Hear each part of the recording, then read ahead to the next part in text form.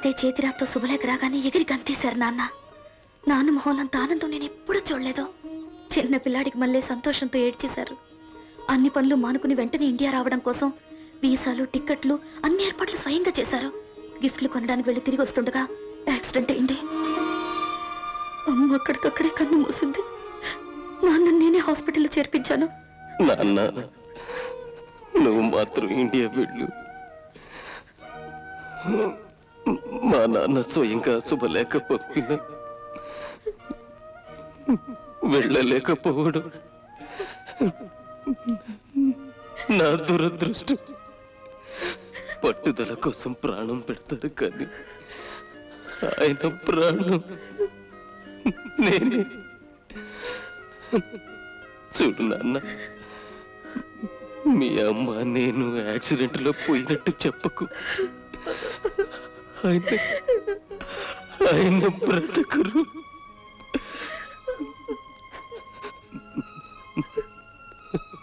సాధ్యమైనంత వరకు మా ప్రస్తావన రానికు. వాళ్ళని బాగా ప్రిపేర్ చేసి నీకు బాగా నమ్మకం కుదిరిన తర్వాత కానీ చెప్పొద్దు నాన్న. ఇక నుంచి నువ్వు శ్రీనివాసమూర్తి కూతురివి కాదు, సీతారామయ్య గారి మనవరాలి. నాన్న నాకు కోరికలు తీరుస్తావా?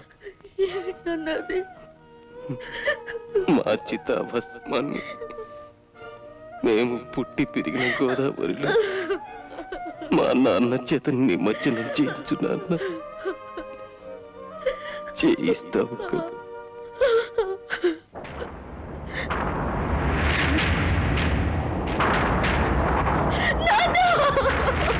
వాసు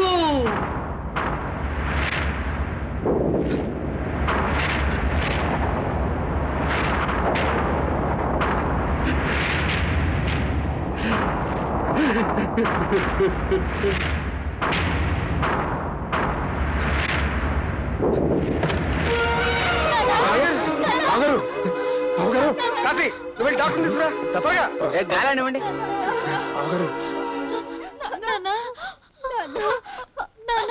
మామగారు మీరు లేవకండి. నాకేం కాదు కానీ ముందు ముందు సీత ఎక్కడుందో చూడాలి.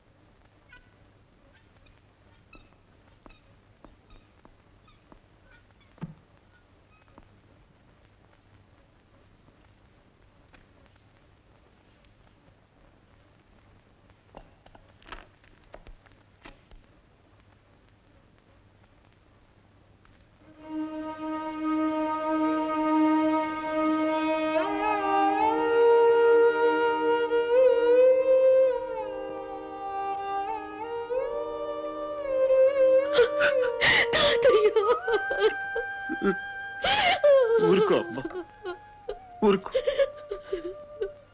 నువ్వు డైరీ మర్చిపోయావు కదా. నేనంతా చదివానమ్మా, అంతా చదివాను. ఊరుకో అమ్మా, ఊరుకో. అఖండ గోదావరి తీరే అస్తి నిక్షేపణం కరిష్యామహే యావదస్తి మనుష్యాణాం గంగాతోజేషు తిష్టతే తావత్ వర్షసహస్రాణి స్వర్గే లోకే మహీయతే. కృష్ణ కృష్ణ నారాయణ నారాయణ.